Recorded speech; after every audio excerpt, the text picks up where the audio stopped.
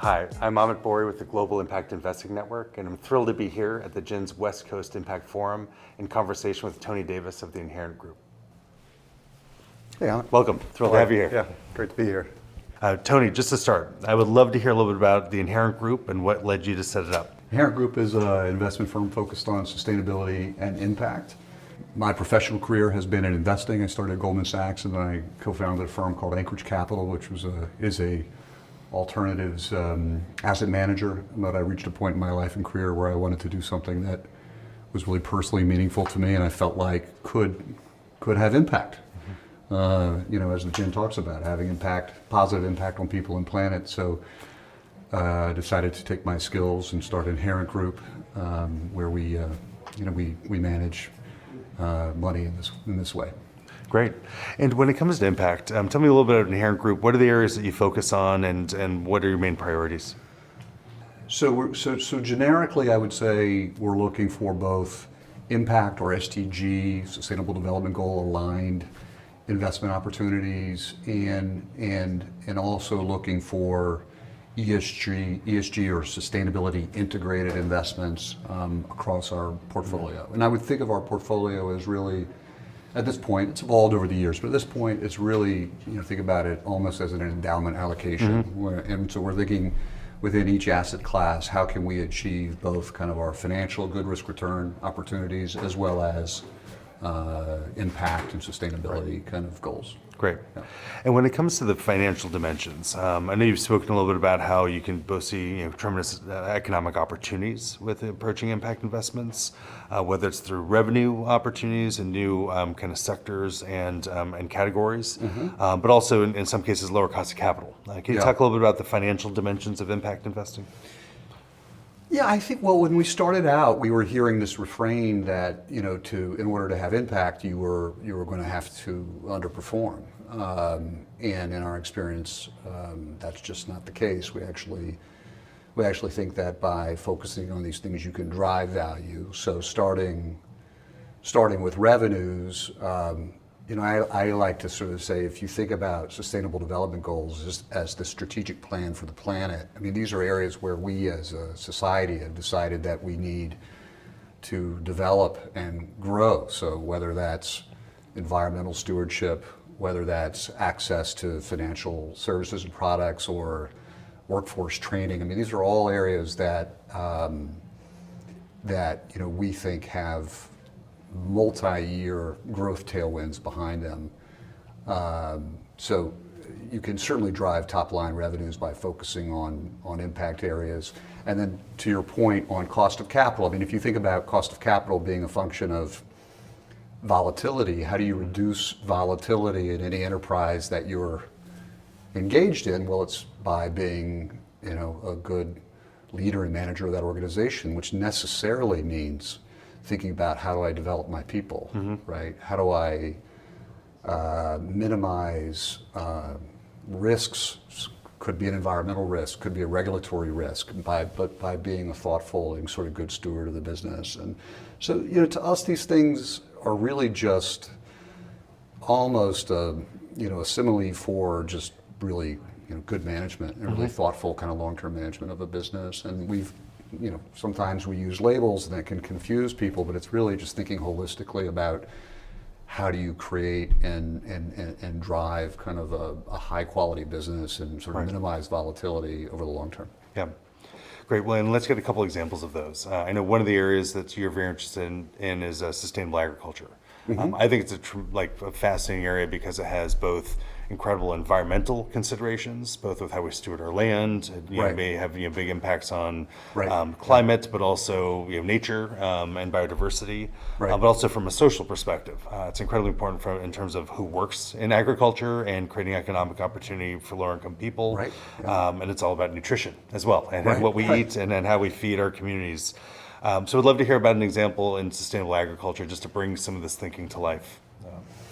Yeah. So a couple things that come to mind. One is an investment that we made, many years ago in a pasture-raised kind of egg business, and this was really just as I was starting my impact journey. I had been managing Anchorage And my last role there was managing our European business, and the eggs were delicious in the UK, and I was like, these eggs are so good. And then I'd come to the US, you get these kind of runny, kind of like, yellowish eggs, and they were like these really firm kind of orange, yolks in the UK. And so I was just interested personally. And around that time, we were introduced to Matt O'Hare and the team at Vital Farms, and they were really early on in developing their business, and these were truly kind of pasture-raised eggs. They, the hens were outside, they were foraging for food, and it meant that, and it was family farmers, kind of smallhold farmers that were able to do this because it doesn't really work on an industrial scale. And as a result, you got these eggs that tasted better, had more omega-3s. I don't remember actually now all of the different kind of health attributes, but they tasted better, they looked better, and they were better for you. And it was I don't know if you've ever, I hope not, seen what kind of industrial kind of egg farming looks like, but it's really horrific for the animals as well. So anyway, for all those reasons, and then there was huge consumer demand for this. So right. I think when we got involved, they were doing maybe 30 million in sales. I think this year they'll do in excess of 500 million in sales. Wow, So that's incredible. It's again, if you find kind of the right product, there is tremendous demand for it. More recently, we've spent a lot of time in the controlled environment ag space. One company we've invested in is called Little Leaf Farms, which we like because it it addresses a number of challenges in agriculture, and in particular with salads, where they travel a great distance to finally arrive on your plate, and there's tremendous water usage as well, and with controlled environment agriculture you can really minimize the environmental impact of farming, and you can actually develop for taste and for nutrition instead of developing for kind of drought and pest resistant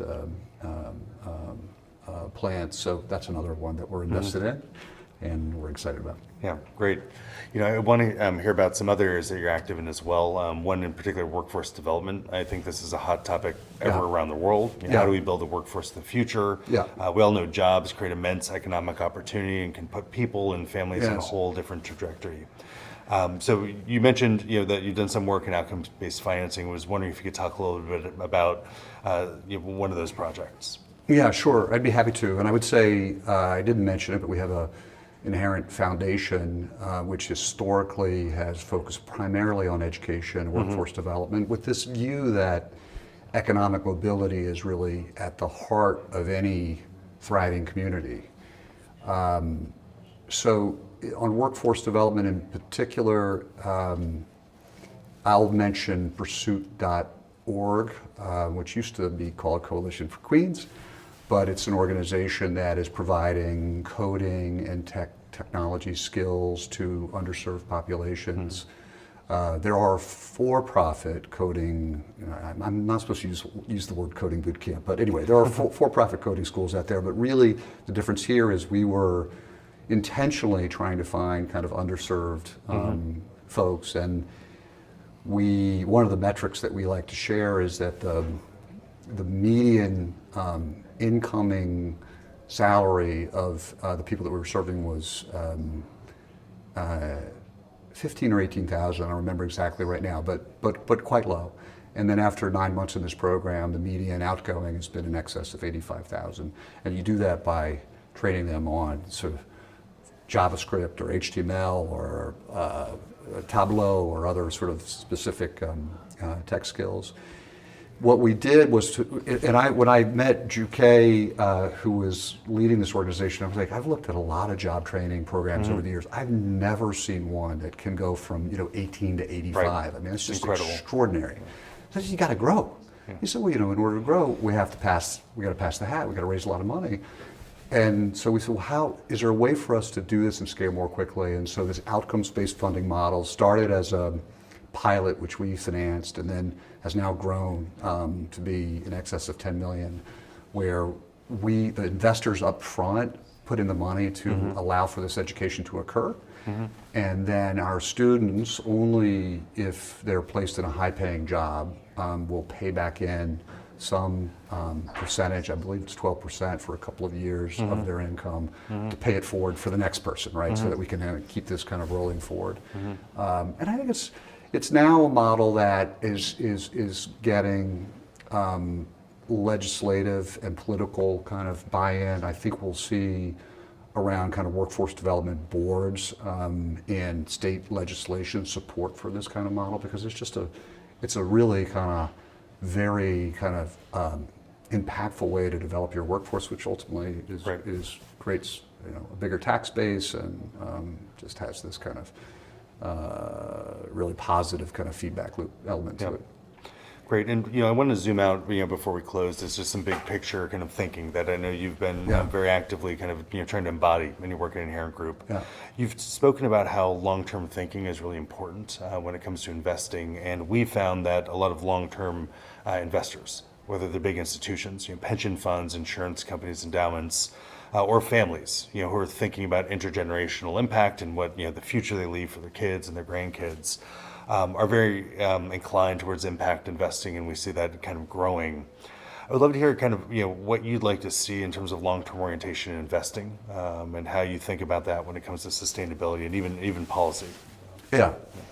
Well, this is a mea culpa because I ran a hedge fund for many years. And hedge fund, we're the ultimate kind of short-term investors, and I think it's become increasingly difficult to really add alpha. Focused on the short term.